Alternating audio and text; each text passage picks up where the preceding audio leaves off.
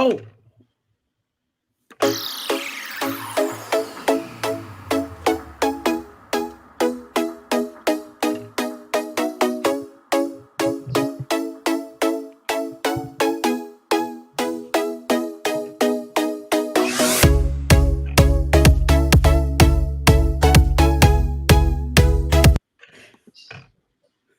Hello, hello, and welcome to This Fat Girl Life. I am the original fat girl herself, Kimberlee Plezia, and I have such a fun guest today. We are really focusing on self care this season because self care is so important. And there's such a stigma around self care, but I am here to tell you self care is not selfish, self care is health care. Before we really get started, though, you guys, y'all know I am obsessed with coffee. I drink it every day, sometimes multiple times a day. But coffee keeps me out of jail. It keeps me sane. So if you want to help keep your girl sane, keep me out of jail because I do not look good in orange, go over to buymeacoffee.com/this fat girl life. Now, there you can make a donation in support, or you could actually do a membership. Membership is $5. That is cheaper than Starbucks. Right now, it is cheaper than eggs and gas for your car. But you can help get this message worldwide, and everybody needs that. So help your fat girl out at buymeacoffee.com/this fat girl life. Now, today I have the MindShifter herself, Fatima Bay, with me today. How are you, love? hello. I'm great. So before we really get started, why don't you tell everybody a little bit about yourself? Well, I'm Fatima the MindShifter. I'm a dual entrepreneur. My first business is I'm a professional seamstress, dressmaker, and designer. I specialize in wedding gowns.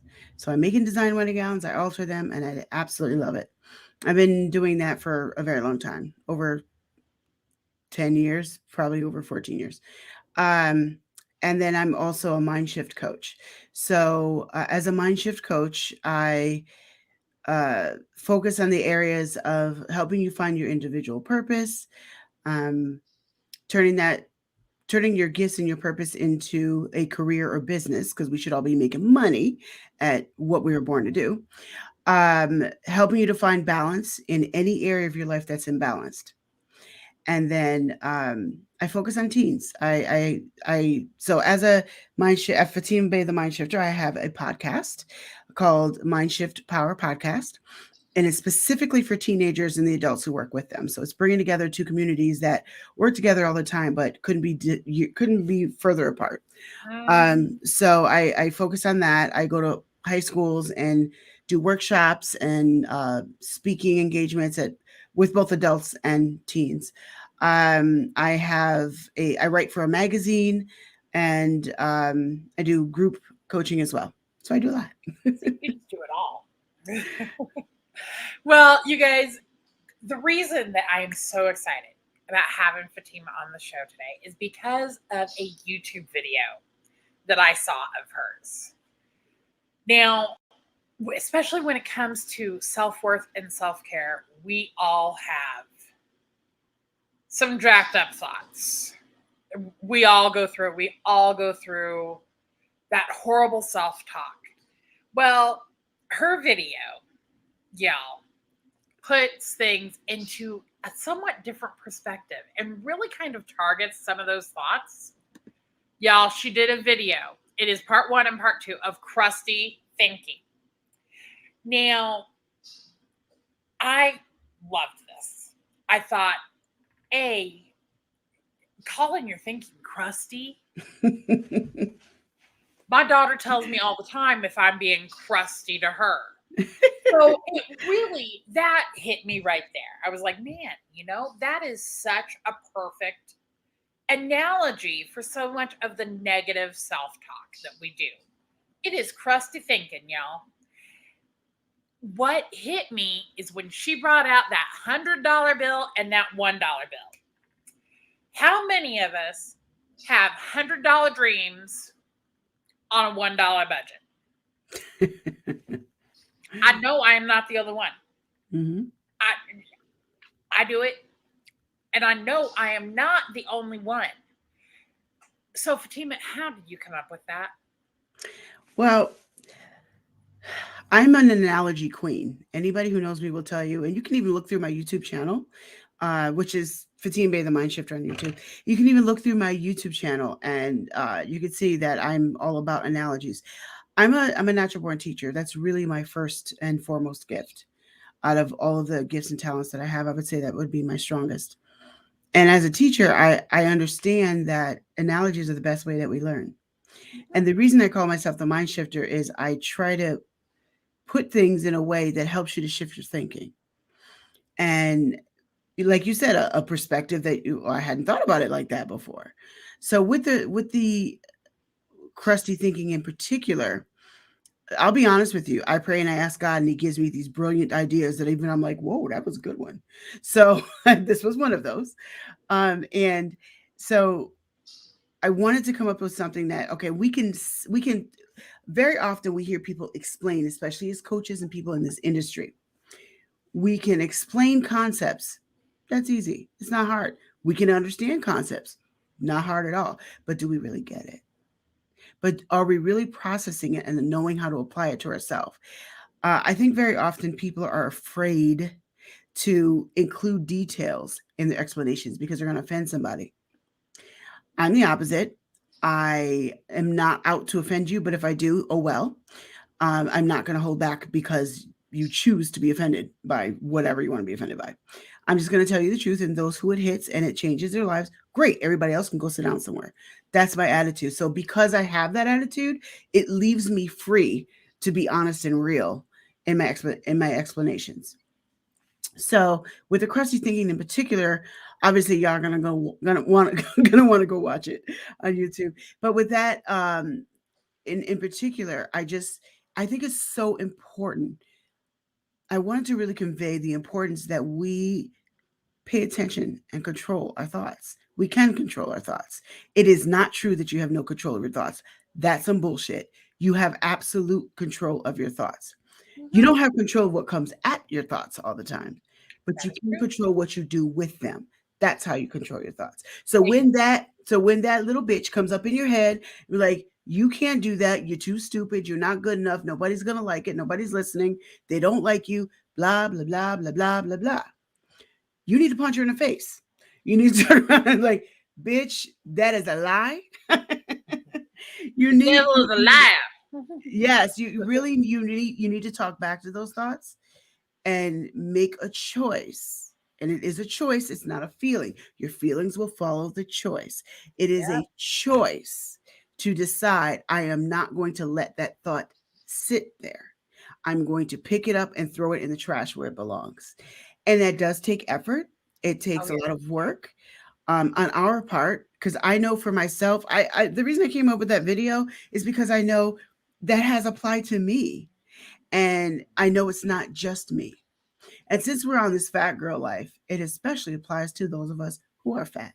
Because we are, although we are more advanced in society than we've been when it comes to plus size women, we are still at a point where we feel bad about being our big selves. We Preach. don't look like the skinny mini models. We don't look like the airbrushed fake ass models that we put see on Oh God. whatever, and you can modify anything to look like anything you want nowadays. Yeah. So most of half of what we see isn't really real. Um, but we tend to, because we live in a very materialistic society, we tend to value our looks honestly a lot more than we should. It's not that we should run around looking crazy and not value them at all. I disagree with that. But we give it far more value on a scale of 0 to 100. It should matter at 50, but we're giving it 100 or 99. Oh And yeah. that's And a problem, you know? I will totally agree with that. And that thinking is where it starts when it comes to self care. Yes. And self care is a big term right now, somewhat overused, Agreed. but it is still important. And for let me specify what I mean when I say self care, because there's a whole lot of different meanings for self care out there as Hmm. well. So when I say self care, I am talking about making yourself a priority, establishing and enforcing boundaries within your life, and taking care of yourself, taking time for yourself. For every person, it looks a little different. For my husband, for example, self-care for him, you give him time alone in the evenings that he can write, or he may want to build a Lego set because he loves nano blocks. But that for him is self-care. For me, time to sit and do cross stitch. Mm-hmm. Or when my husband is gone, that's when I watch my guilty pleasure shows. That is my self-care. I am not gonna, and I'm gonna totally put myself out there. If I really want to get down and dirty with my self-care and relaxing with a video, I am putting on those pimple popping videos. Oh, I don't know why those are so interesting, but they are. Oh my God. I'll admit, I kind of like watching them too. I don't know why. Hours. Yeah. And I have the tools because I've seen them enough. I bought myself a little toolkit of the tools to pop them. Anytime my husband has one now, I'm like, honey, I got tools. Let's go. And this poor man, this is how you know he loves me. He will actually come up to me and say, okay, honey, I need you to take care of this for me. Can I back up for a second? I want to back up to something you started talking about, making sure we're taking care of self-care. And that's the series that you're doing right now. Mm-hmm. And there's a piece of it that I want to speak to, because I think that it just needs to be explained and separated so that people can better understand. Okay. There is a difference between self-care and selfish. Now, and I haven't gotten there yet. You jumped the gun, but that's where I was going next. Here's the thing. I want to break down what that means and what it doesn't mean, because I think sometimes people don't understand. Now, again, going back to what I said earlier, one of my subjects that I teach on, teach and preach on, and always talking about is balance. And I think this is an area where our society has become somewhat imbalanced in the explanation of what self-care actually is. Self-care and selfish are two different things. So self-care means that I will make sure that I make myself a priority when necessary, and I don't go too far and overwork myself and give and never take care of myself. That is a balanced view of self-care. Mm-hmm. Selfish is when that goes to an imbalanced level, where my focus on myself is 80 to 100%. That is selfish, and nobody wants to be around those people. I can tell you that right now. If people are backing away from you, you might want to consider, because that might be partly why. Yeah. Selfish is the percentage or the degree to which you are practicing self-care. You are putting yourself in debt to do self-care, then you are being selfish. You know what? That's an excellent way to put it, honestly. That's an excellent way to put it. You want to make sure that you are taking care of yourself. Now, I personally, the self-care piece is something that I've had to learn, and I still don't think that I've perfected it, but I've definitely gotten a lot better. And I've had to learn that I have to take care of myself, because I want to take care of everybody else, but I'm no good at it. I am no good if I can't take, if I can't function. So I got to make sure I get enough sleep. I got to make sure I take care of myself. And it could be a challenge, because I'm like the type of person where I'm like, I got 25 things to get done. I want to get them all done today, but that's not always realistic. So I've learned to pace myself. I would say I'm still learning to be better and better at it, every month. But I think it's important to point out the difference between self-care and selfish. But here is why I think it's important to point that out. I don't just want to explain it, but I want you to understand why.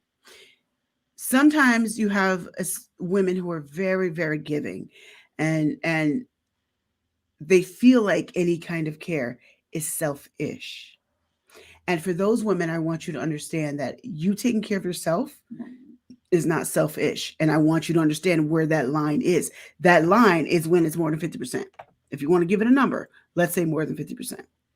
That line is when it's more than 50%, then you're starting to run into the selfish field. You've crossed over the fence or over the line to the selfish arena, because everybody's not going to be, there's 50 numbers between 50 and 100. I use number scales to explain things a lot. So if you are taking care of yourself, everybody else 90% of the time, there's absolutely nothing wrong with you taking that 10% and taking care of yourself. And this is especially true for those of us who are mothers. Yes. If you're a mother, it's so sometimes, and especially if you're a good mother, the better the mother you are, the harder it is for self-care. It's just true, because you're always constantly thinking about the what is for your children. You want to make sure you're taking care of them. You're constantly wondering, am I doing the best? Blah, blah, blah. And those are all natural parental thoughts. They really are. And there's guys who think that too, but we're talking to women right now. It's okay to take care of yourself. It's not just okay. You need to. You absolutely have to. And it's also, I really, where I learned that how important it was to prioritize myself and, make sure that I was taking care of myself was when I worked in the corporate industry. I worked for a car dealership for almost 7 years. And I not only was working during the day for them, sometimes 6 days a week, because in Colorado, they were not allowed to be open on Sundays due to Colorado law. Otherwise, I would have been there 7 days a week. Handled everything during the day. Also was scheduling and taking care of stuff in the evening and on my days off at home, to the point of while I was on my honeymoon. Oh, that's I had customers call me. Oh, no. And that's when I was like, you know what? Nope. I'm on my honeymoon. Call the dealership. Yeah. Pretend I don't exist. And I was getting to a point with burnout that was so severe, it was making me physically ill. Like I would get sick. I would lose my voice. Didn't have any, doctor couldn't fix it. There was nothing, I didn't have laryngitis or, some sort of bacterial thing, but it's like my body would start just shutting down and I would lose my voice, wouldn't be able to speak no matter what I tried. And as somebody who grew up singing, I knew every trick in the book. Wouldn't work. I would get so drained that somebody could look at me wrong and I'd burst into tears. Yeah, that's like not good. I was hitting that wall hard. And I finally had to, start putting some boundaries in place, and really that was hard for me. Because especially coming out of rehab, I had spent 8 years as an addict prior, had gone through rehab, was getting my life back on track. And I had this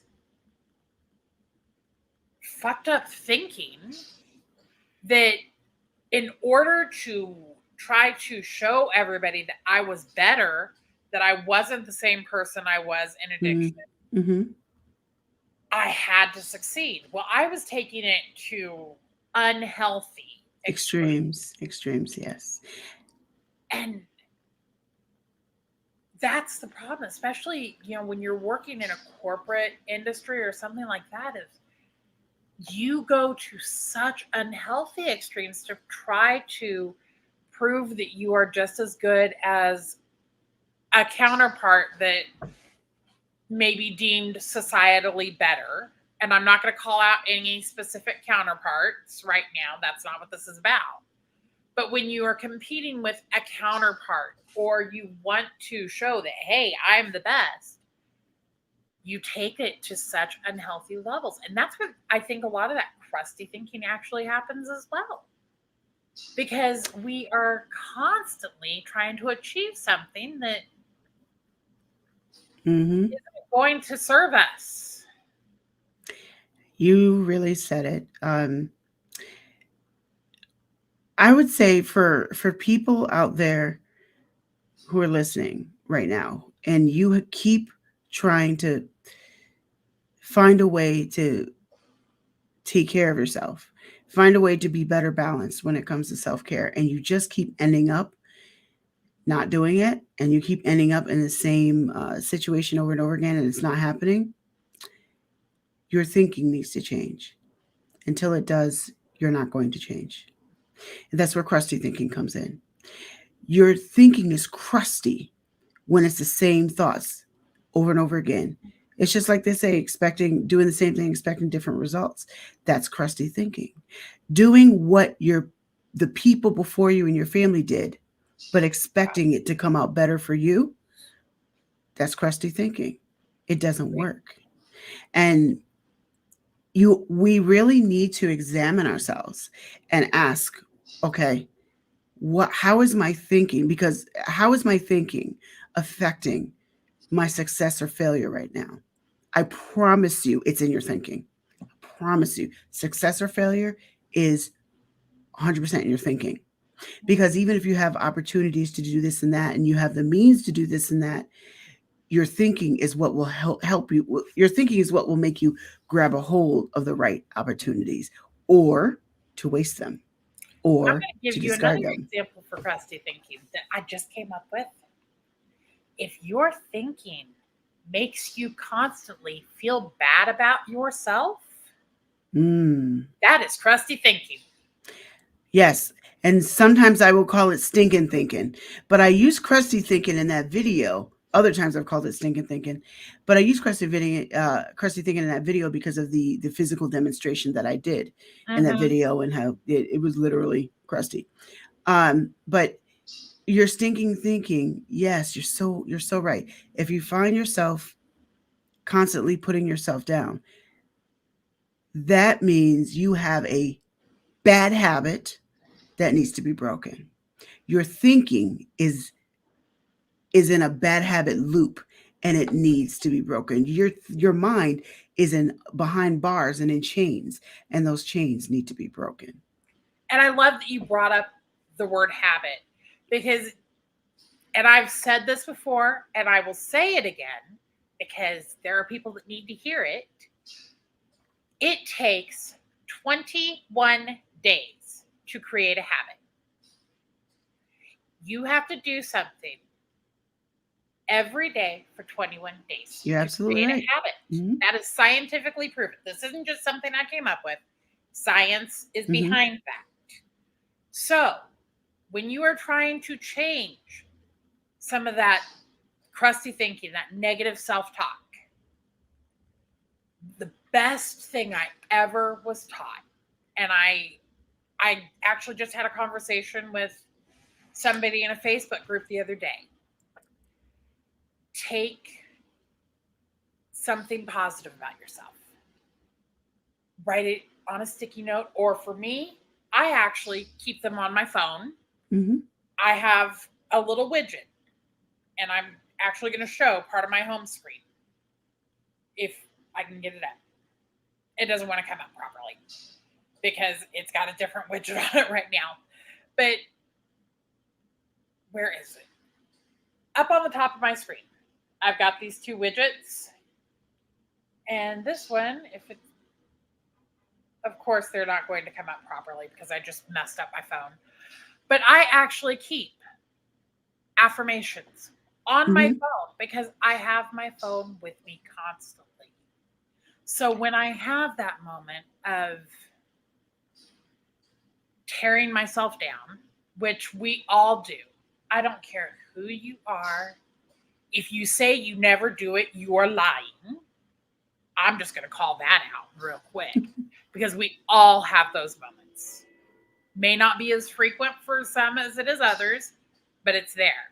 So when I have that moment, I will actually just have to look at my phone and see a little message. You are enough. You look beautiful today. I write myself little love notes on my phone, and I keep them playing in a loop. So I get that constantly. I do think that affirmations are important. And when I do individual coaching, I customize. I have anybody I coach. I have them do affirmations, but I customize how they do the affirmations differently because everybody doesn't receive the same way. So I do have people do affirmations, and then I have them work up to a different affirmation once they're secure in that one.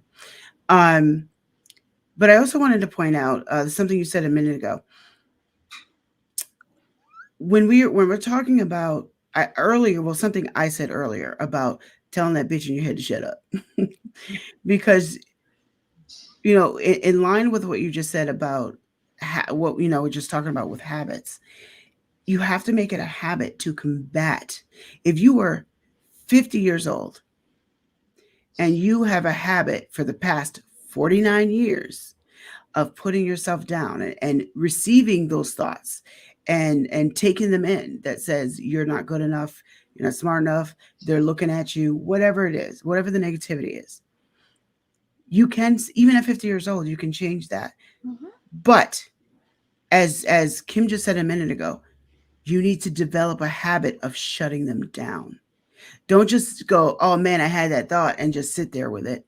You need to shut it down and combat it with what she was just saying, with positive affirmations.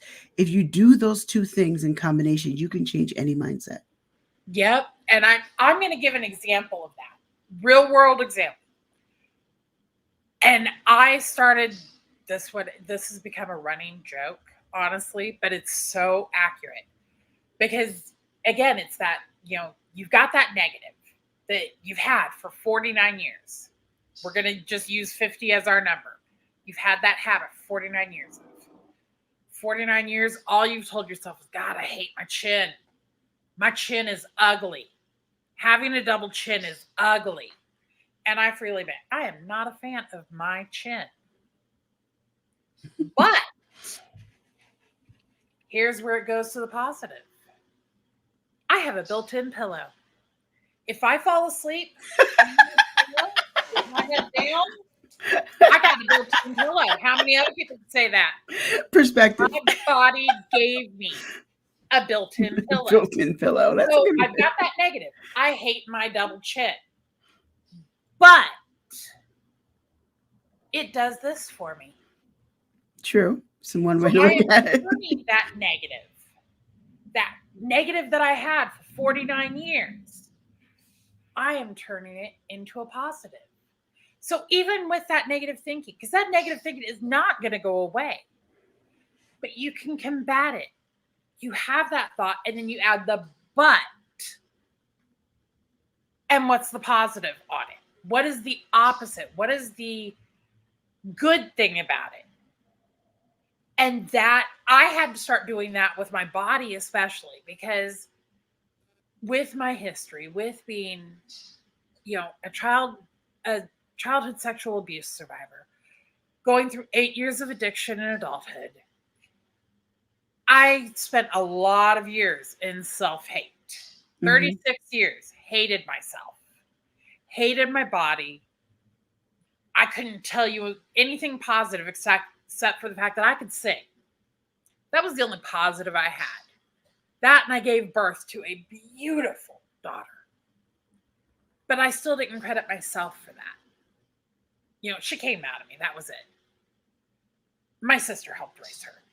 I will put that out there. It's not something I talk about a whole lot, but I was not a good mother for my daughter's childhood. Now I am a good mother, and I am a wonderful grandmother. And then again, there's that but. What I'm saying is true. I wasn't a good mom when my daughter was little. But I did the work. I did the healing. I looked inside, which is so hard to do. Mm-hmm. It was not easy. And it took years for my daughter, but after I got clean, it still took years for my daughter to forgive me for the hell that I put her through. And thank God that my mother and my aunt and my sister were willing to raise my daughter, because I didn't do it. I spent 8 years in a drug-induced haze. I was not a good mom. But I am now. So what I'm hearing you say and I'm really kind of talking to the audience right now. Even if you've been imperfect your whole life and you've done some bad things, even if it's not related to parenting, whatever it is, everybody's got different details. Mm-hmm. None of us are perfect. We've all lived a life and made mistakes. You can still come out of it and practice self-care with it, because I do believe that guilt, warranted or not, because sometimes it's not warranted, but sometimes it is, warranted or not, guilt is one of those things that hold people down Oh yeah. and keep them from attempting any sort of self-love. And I want you to know you can come out of it, because you don't know my story, but there's, you know, I've lived under a lot of negativity and negative self-talk most of my life. I had very, very low self-esteem, extremely, and always had the little voice in my head telling me everything I wasn't. And I started combating it with understanding everything I am, and started talking back to her. And it doesn't mean that I'm perfect now. I'm a very strong, confident woman now, and I'm known for that. But I wasn't always. And I just want to give hope to those of you who are out there who might be like I was or like she was. There's hope for you. You can. You just have to make a decision and then put in the work. It's not going to happen overnight, and it might not be easy, and it might be a challenge, but it's worth it, because when you come out on the other side of it, God, you feel like you got out of jail. Oh yeah.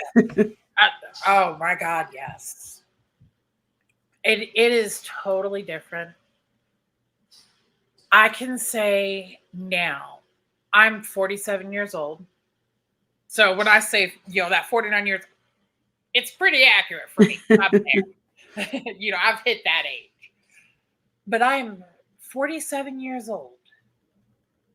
And I am probably the happiest I've ever been. The only thing that would make my life better was if my daughter and grandbaby lived out here with me in Vegas instead of being 2 states away. But thank God for FaceTime. I talked to my grandbaby this morning. I get to FaceTime with him every day.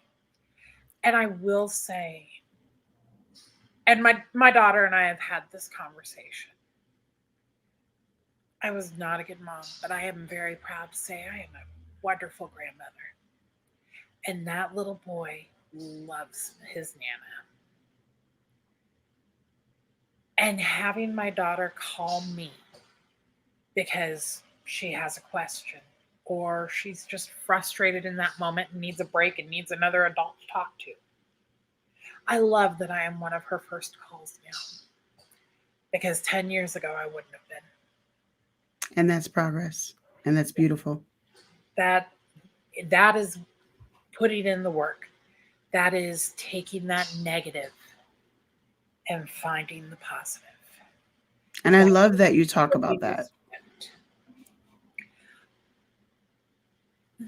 Honestly, this whole series, and I know I explained this to you when we talked the first time, but I am the original fat girl.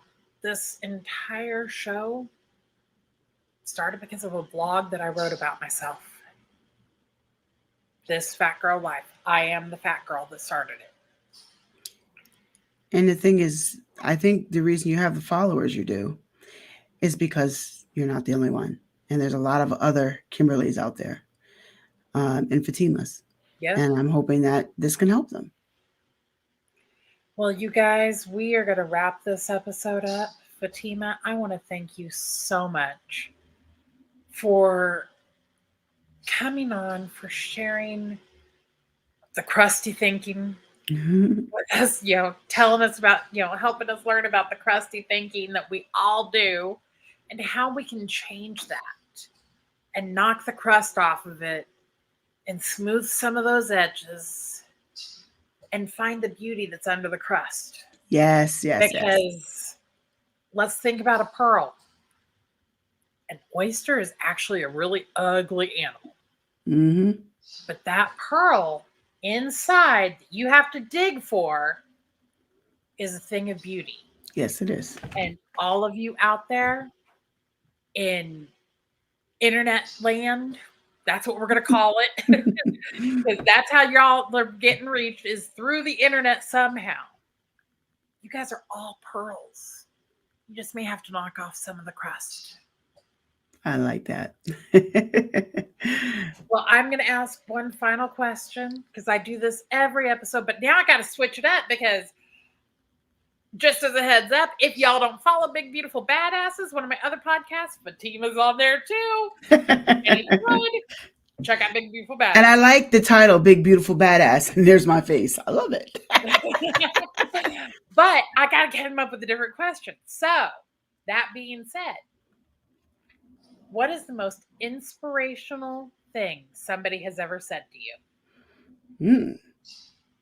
See, I got you on that one. Yeah. What do you think? Somebody's ever said to me directly. Yep. Because that's a different answer than what I've heard.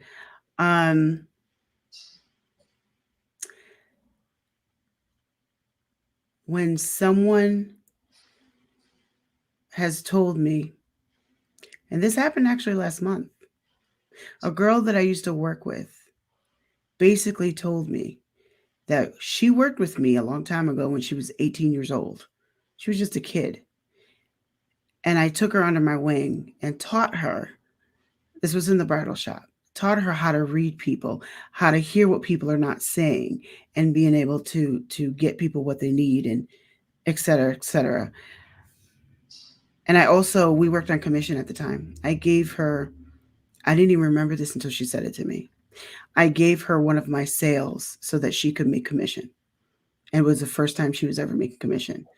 And that's a big deal when you're newer. So I actually gave her one of my sales so that she could make commission, because you had to make a dollar amount. And apparently I deposited a lot in her at 18 years old.